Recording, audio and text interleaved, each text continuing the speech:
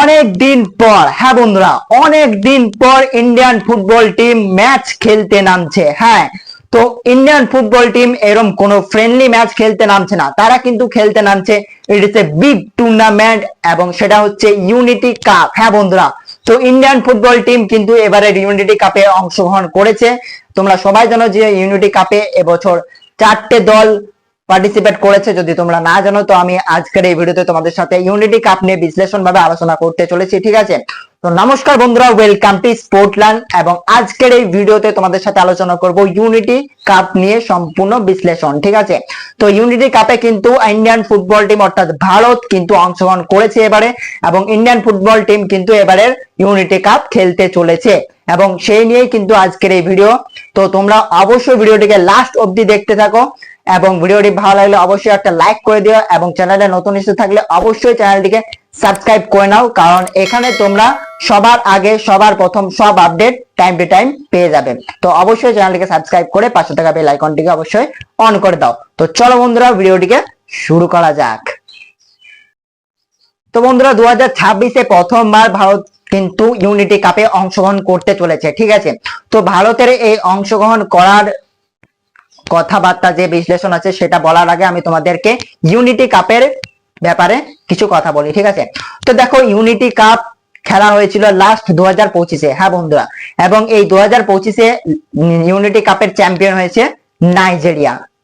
বুঝতেই পারছো কতটা টাফ কম্পিটিশন থাকে ইউনিটি কাপে। কিন্তু হ্যাঁ, টিম কম সেহেতু কিন্তু কম্পিটিশনও অনেক বেশি আছে, ঠিক আছে? টিম কম হলে যে কম্পিটিশন কম সেটা না।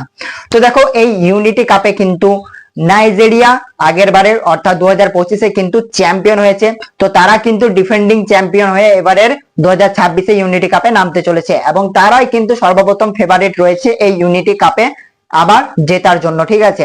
তো ভারত এই যে ইউনিটি কাপে অংশগ্রহণ করেছে 2026-এ, সেটা কিন্তু আমাদের ভারতীয়দের জন্য অর্থাৎ ভারতীয় ফুটবলের জন্য একটা কিন্তু দারুণ খুশির খবর, কারণ সেখানে নাইজেরিয়া, জামাইকা এবং জিম্বাবুয়ের মতো দলের বিরুদ্ধে কিন্তু খেলতে পারবে টিম ইন্ডিয়া, ঠিক আছে? তো সেখানে কিন্তু অনেকটাই এক্সপিরিয়েন্স নিয়ে আসতে পারবে টিম ইন্ডিয়া, এবং সেখানে গিয়ে যদি ভালো, কি বলবো, একটা ভালো খেলা দেখাতে পারে বা ভালো খেলা উপহার দিতে পারে আমাদের, তাহলে কিন্তু অবশ্যই আমরা ভারতীয়রা অনেকটাই খুশি হব, এবং অনেকটাই ফুটবলটা এগিয়ে নিয়ে যেতে পারবে ইন্ডিয়ান ফুটবল টিম, এবং র্যাঙ্কিং এও কিন্তু অনেকটা আগে বাড়তে পারে ইন্ডিয়ান ফুটবল টিম, ঠিক আছে? তো এই ইউনিটি কাপটা ভারতীয় ফুটবল টিমের জন্য কিন্তু অনেকটাই গুরুত্বপূর্ণ, হ্যাঁ বন্ধুরা, অনেকটাই কিন্তু গুরুত্বপূর্ণ, এবং শুধু জেতাটা হচ্ছে না, এখান থেকে যে এক্সপিরিয়েন্সটা তারা পাবে তাই সেটা কিন্তু অনেকটাই পরবর্তীকালে কাজে লাগতে পারে ইন্ডিয়ান ফুটবল টিমের, ঠিক আছে? তো দেখো, যদি এবার ইউনিটি কাপের নিয়ে কথা বলি, তো ভারত কিন্তু এবারের ইউনিটি কাপে প্রথম অংশগ্রহণ করতে চলেছে, এবং এই ইউনিটি কাপটা হোস্ট করতে চলেছে ইংল্যান্ড। হ্যাঁ বন্ধুরা, ইংল্যান্ডে কিন্তু এই ইউনিটি কাপটা খেলা হবে, এবং সেটা খেলা হবে ইংল্যান্ডের লন্ডনে, ঠিক আছে? লন্ডনে কিন্তু ম্যাচগুলো সব আয়োজিত করা হয়েছে, ঠিক আছে? তো যদি ইউনিটি কাপ অর্থাৎ 2026-এর ইউনিটি কাপ নিয়ে যদি সংক্ষেপে বিশ্লেষণ করা যায়, তো দেখো, এখানে কিন্তু টোটাল চারটে টিম কিন্তু অংশগ্রহণ করেছে। প্রথম হচ্ছে ভারত, দ্বিতীয় হচ্ছে জামাইকা, তৃতীয় হচ্ছে ডিফেন্ডিং চ্যাম্পিয়ন নাইজেরিয়া, এবং চতুর্থ জিম্বাবুয়ে, ঠিক আছে?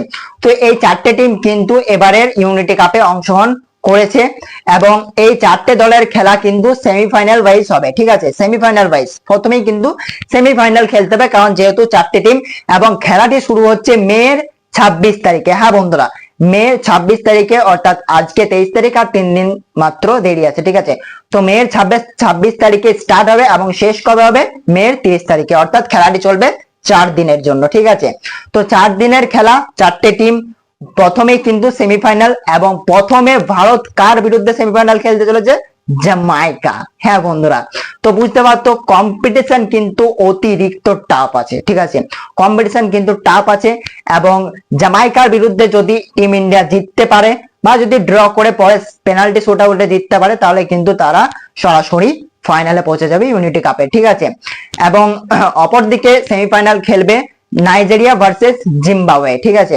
তো এই দুটি দল অর্থাৎ এই চারটি দল পরপর কিন্তু সেমিফাইনাল খেলতে চলেছে, অর্থাৎ একেবারেই কিন্তু সেমিফাইনাল হবে, কোনো লিগ স্টেজের ম্যাচ নেই, অর্থাৎ সেমিফাইনাল খেলা হবে, এবং সেমিফাইনালে যে দুটি দল কোয়ালিফাই করবে তারা কিন্তু সরাসরি ফাইনাল খেলতে চলেছে, ঠিক আছে। তো টিম ইন্ডিয়ার কাছে কিন্তু একটা দারুণ সুযোগ এই মঞ্চে তাদের প্রতিভা দেখানোর জন্য এবং আমাদের ইন্ডিয়ান ফুটবল টিমটাকে আরো আগে নিয়ে যাওয়ার জন্য। এটা কিন্তু কোচ খালিদ জামিলের জন্য অনেক গুরুত্বপূর্ণ একটা টুর্নামেন্ট, ঠিক আছে। এই ইউনিটি কাপে ভারত কিন্তু প্রথমবার অংশগ্রহণ করেছে, তো সেই ক্ষেত্রে তারা অবশ্যই ভালো কিছু করার জন্যই দেখবে, ঠিক আছে। তো দেখো ম্যাচের বিষয়ে যদি আমরা সংক্ষেপে বিশ্লেষণ করি, তো প্রথম ম্যাচ ইন্ডিয়া খেলবে জামাইকার বিরুদ্ধে।